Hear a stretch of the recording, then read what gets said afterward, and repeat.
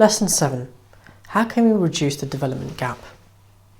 For many decades, the process of development, or managing poverty in lower income countries, has been linked to giving aid. Individuals usually respond to short-term crises by donating generously. In 2010, for example, the Haiti earthquake appeal reached millions of dollars within days.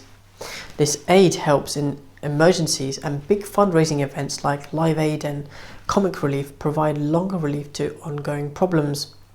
But governments are less generous when giving aid. In 1981, all wealthy countries agreed to donate 0.7% of their GDP to international aid. By 2008, only 5 countries had reached this target: Norway, Sweden, Denmark, Luxembourg, and the Netherlands. The UK promises to meet this target soon.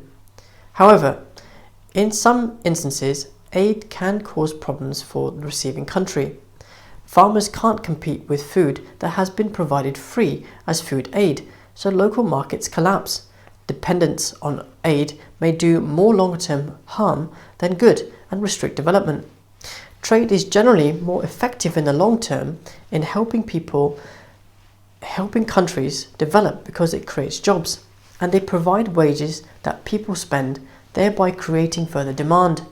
This process has a positive multiplier effect and helps countries to break out of a vicious cycle of poverty and move into a virtuous cycle of development. In order to do this, countries need to add value to their raw materials and crops by processing them into finished products. As Bob Geldof said, "Aid isn't the answer. Africa must be allowed to trade its way out of poverty." Africa accounts for just 1 to 2% of the world trade, but a 1% increase in trade from Africa will be the equivalent of 5 times the amount of aid the continent currently receives. Aid means assistance given to the developing world. Aid can be in the form of money, food, goods, advice, and technical assistance. It comes in a variety of sources. For example, multilateral aid provided by intergovernmental organizations such as the World Bank and IMF, often in the form of loans. 2. Bilateral aid is where one government gives it to another. It is often tied, which means it will be for specific projects or policies.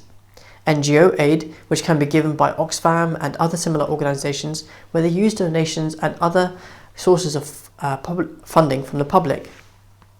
Emergency relief may be given to countries as short-term relief from disaster, such was the case in Haiti.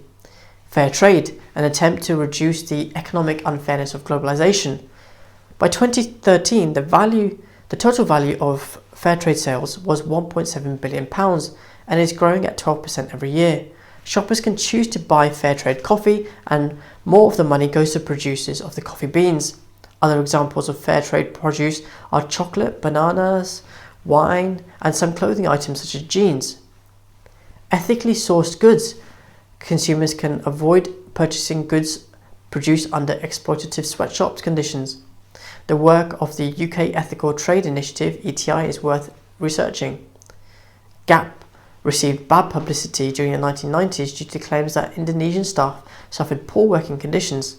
The firm has introduced stricter regulations for its overseas operations and guarantees workers' dignity and respect. Governments and international lobbying organizations have tried to improve terms of trade for poor nations, especially rules regulating the import and export of agricultural produce. Protesters gathered at the World Trade Organization and G8 conferences and make their case for change. Huge subsidies paid to European farmers under the Common Agricultural Policy, CAP, and protective trade tariffs encircling the European Union force up the cost of imported African goods. Changing these rules would help African farmers.